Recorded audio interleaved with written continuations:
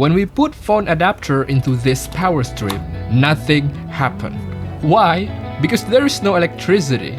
So in this video, I'll show you how to make your own power strip using only simple tools and some stuff that you can find easily in a material in a building store. With this tutorial, not only you can make your own power strip by yourself, you can also repair it every time you see something wrong with your power strip because you know the component inside it.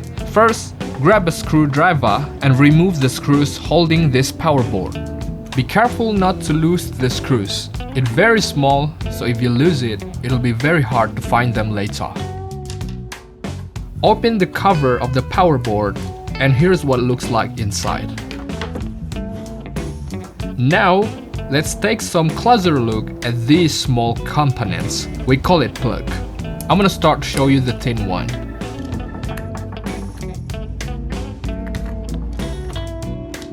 So, this is what it looks like inside of the plug. There are two holes where we'll connect the wires later. For the thick plug, it's almost the same, but let's look closer. So basically, the plug has the same principle where it has two holes to connect the conductor inside of the wires. Now let's take the wire. In this video, I'm using 5 meters long wire. Hold the wire closer to the power board so we can measure how much length we need to cut. Split the wire into 2 parts. Oh, in this step, I'll take the opportunity to tell you to subscribe to this channel because we provide you lots of DIY and innovation videos. So feel free to subscribe, guys. Alright, slowly cut and remove only the outer layer at the wire end. What I'm doing here is making a small circular cut around the end of the wire, so it'll be easier later to separate the part we don't need. Once the circle cut is done, just pull the wire. And yeah, we can see the conductor here. This is what we need to connect to the power board. Now let's do the same thing for the other part of the wire. Make the circular cut. Once it's done, pull the wire and boom. Just like before, we can see the conductor. Now gently loosen the screws in the power board. You can take your time and do it carefully.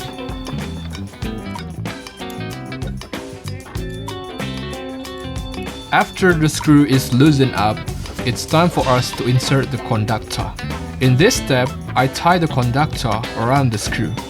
Oh, by the way, if you want to know something about DIY and how to do a simple thing at home to make your life easier, or maybe you want to have some requests, you can just let me know in the comment section, guys.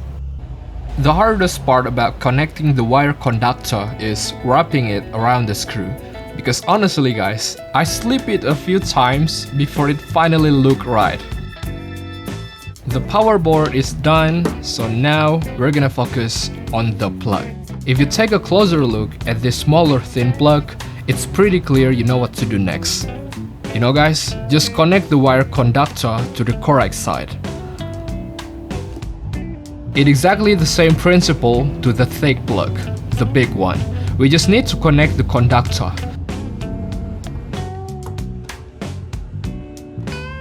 So here, like before, I'm gonna split the wire into 2 parts. And then just cut it using the small cutter. Just do it carefully.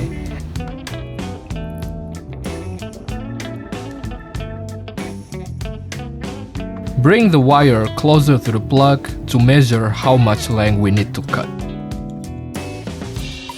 And then like before, just make a circular cut all around the wire so it's easier to pull off the unused wire.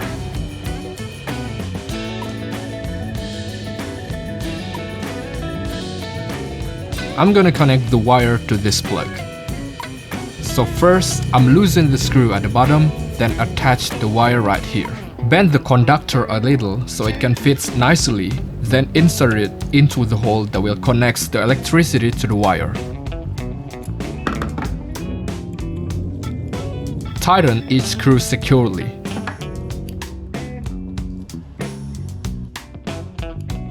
To check if the installation is strong enough, try shaking the wire a little.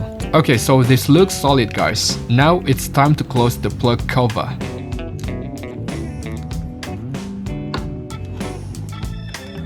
Also, close the power board and tighten the screws. Okay, so now the power strip is complete.